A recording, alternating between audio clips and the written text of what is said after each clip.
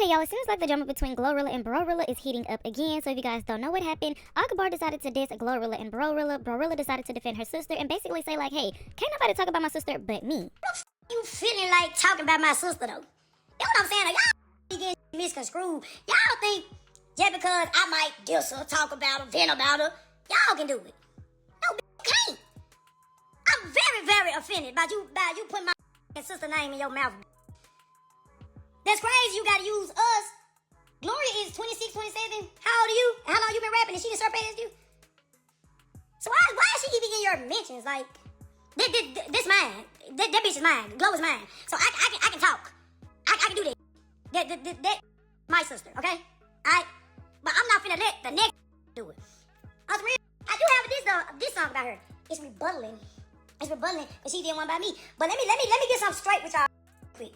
And I mean this shit. I snap this shit. Don't think just because I talk about it, you gonna talk about it, okay? On my soul, I'ma snack, crackle, and pop on y'all hoes. That's mine, okay? I don't give a fuck how y'all feel about it. So Glorilla responded to this post where it says that Brorilla was on live and she was defending her against Akbar V.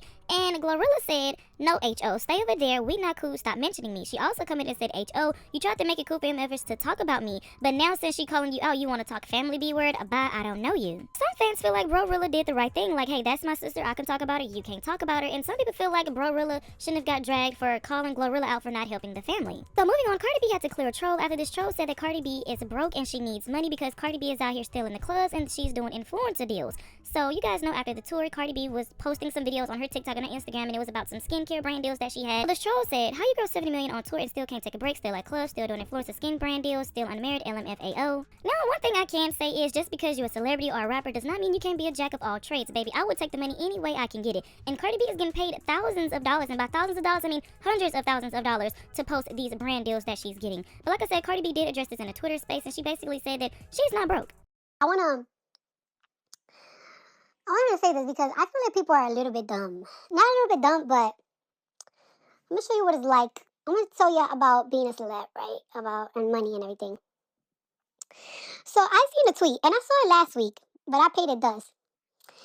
Practically saying how I'm taking all these bags and all this TikTok deals and everything, but I supposedly made 70 million on tour and blah blah blah. I wanna make this very clear, right? Even if I didn't go on tour, I don't be hurting for money. You know what I'm saying? I don't be hurting for money at all. And about how I took all these after parties and everything, absolutely. You know what I'm saying? Like, absolutely. Let me say something about me, Belcalis. I do not say no to a bag. Well, you're not going to clearly take every bag, but one thing I learned about being pregnant with Blossom, when I was pregnant with Blossom, a lot of people, I had like all these endorsement deals coming up. And when they found out that I was pregnant with Blossom, people took back the endorsement deals. I didn't really have no music to put out. So I was just like, damn, shit is kind of funny right now. And I was like, it's okay, because money always come back to me. One thing about it, I don't know what it is, money sticks to me like honey. And I'm super blessed because of that. But I also feel like females, it's easy for females to make money. Like, we are just very big influencers, especially when you have a following like me. I have a really big following. A bitch like me with all these millions of followers, I would never hurt for money. That's one thing. Talking about I supposedly made $70 million. Supposedly, I didn't supposedly, my tour didn't supposedly gross $70 million. It actually did gross $70 million. But y'all here gross $70 million. Y'all not really making maths. So let me break it down to y'all. When did I did that deal? When did I did that Live Nation deal? I think I did that Live Nation deal like 3 years ago. So they gave me an advance. The advance was like about $20 million just for me. From that 20 million, I have to pay UTA, which is my agency. I gotta give them a percentage. I gotta give Full Stop, my management company, a percentage. Everybody gotta give their management and their agency a percentage. So count that. One gets 10%, the other one gets 5%. So you already know. And that's your advance. Then they give you money for your production. Remember when I did the video that is like, I'm over budget? I had a big budget for my tour. However, I wanted this tour to be big. So a lot of my money that I have myself, I put it in my tour. But it's so good because, like I said, I grossed 70 million. How much did I spend on production for tour? No lie, about $35 million. No lie. how many people besides the dancers, because y'all only see dancers. We had like about 26 buses. That's how many people was in our shit. I think I had like 25 people working my show, probably even more. So y'all count that up from the people that do the lights, from the people that do the production. So that's just, that 35 was just what we spent in the beginning. During the tour, you still spending money. And you know how you still spending money? Because sometimes shit will break. Sometimes things don't work. Sometimes you gotta fly in. Like, all right, there was this one time that we thought we wasn't even gonna be able to bring the carousel out for like 2-3 times for like 3 shows, and I was like, we bringing it out. So we had to fly in another different crew to fix up the carousel. Blah blah. That's money. Then venues, they do. One thing about venues. Oh, let me tell you something. Every time you're late, them venues don't give a fuck. They charging you about $50,000 or $40,000. No matter how much you try to dispute it, when motherfuckers say they want you out the building at this certain time, you gotta get out at a certain time because they will charge you.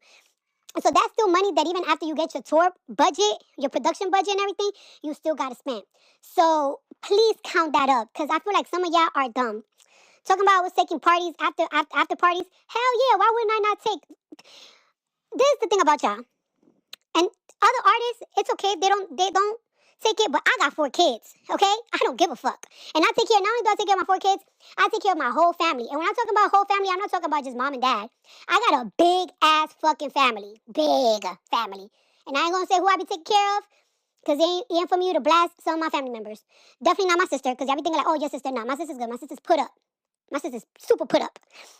I'm talking about other family members. So don't ever think that, oh, if these artists don't like taking after parties, that's cool. But me, I'm definitely, if I gotta do a fucking walk-in for 30 minutes and I'm getting paid 200,000 or 150,000, the minimum, I'm gonna take it. Especially if they're gonna give me cash, half of it in cash, I'm taking it. I'm definitely taking it. Like what is 30 minutes to go to the fucking club, enjoy yourself? You're gonna go out anyways. Like after a concert, people want to go out. My crew want to go out. Might as well get paid for it. If you're gonna say no to a bag, that's on you. But I'm not gonna say no to a bag. And when I do these miscellaneous TikTok deals, first of all, I actually enjoy those deals because first I have like there has been I'll say about 3 companies that I just love. Like they have changed the texture of my skin so good. And I wouldn't know about it if I didn't get the deals. So that's a positive. Like the shit that I be promoting, I actually been using it and it's been working wonders to the point that I be like, alright, now I'm ordering it for my cousins and my mom. Cause the shit be so good. But not only that, but it's like I'm not gonna say no if they wanna do deals with me and it's a quick $400,000 for fucking for a fucking product that I'm gonna end up buying anyways. Because if I see it on TikTok, I'm gonna buy it. Like one thing about me, I'm a chronic TikTok shopper. So if I see a lotion, if I see a candy, if I see anything on TikTok, I'm buying it. Why not get the money and promote it?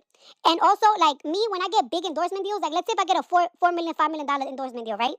It usually comes. It usually comes from my. That usually comes from my management or my talent agency. When I get those deals, I gotta give like I said, 10% and 5%. When I make my TikTok deals, ain't no percent. That shit is mine, and I spend it on whatever I want to spend it on. I spend it on whatever I want to spend it on. I'm not hurting ever for money. Like I just bought 2 cars. That's what, and also Barty Gang. Y'all been asking for content. I know. I'm gonna give y'all content real soon. I've been waiting for my cars though. Like I'm waiting for my car so I could give y'all the content that I want. Because I have been having my little content for my car, but I haven't spent like $1 million on jewelry. Like, and I shop almost every single day. So don't ever talk about hurting for money and oh, but supposedly you grow 70. Do you know what comes when it? You know what comes when it comes when you grow 70 million? The money that you spent, the type of production that I fucking spend money on. Do you think that's how I know that y'all slow? Y'all think there's like, yeah, 70 million I grossed it and it goes to automatic my bank account. How much money do you think I spend on production? How much money do you think I gotta pay in taxes?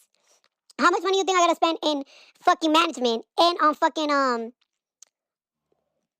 my bad, on talent agencies? Y'all gotta be a little bit like it's like of course it comes from a dummy. I don't understand how you're mad that a bitch making money. You know when it's bad? When nobody actually wanna give you money. It's bad when you see nobody being active for money. Because right now, to be honest with you, brands are not giving money to nobody. And you could ask influencers, you could ask artists, you could ask whoever. These brands are not giving bread to no fucking body. The money is not the same anymore. And you could ask around. You could ask around. So making money in 2026 is a motherfucking blessing. And Miss Brim never been hurting for bread. So I don't know what the fuck y'all be talking about. You better go get you motherfuckers some. There's a war going on. Like, you talk about I'm hurting for money, bitch. I just spent $450,000 on a fucking chain. What are you talking about?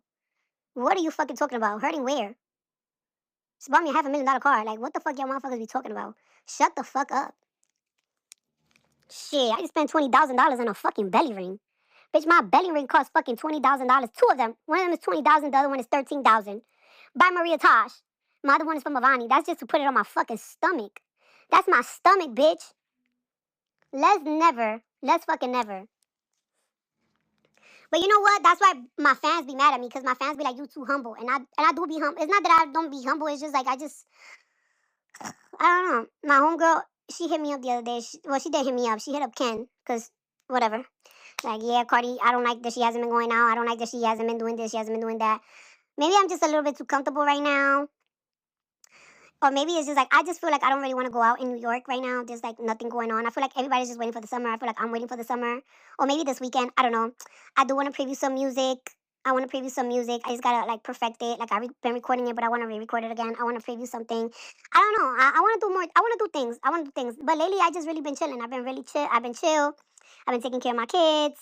I've been going to the gym. I've been going to the gym. Just been chilling at home. I'm missing a babysitter, so you know, in my home, there's extra hands needed, and I'm the extra hand. You know what I'm saying?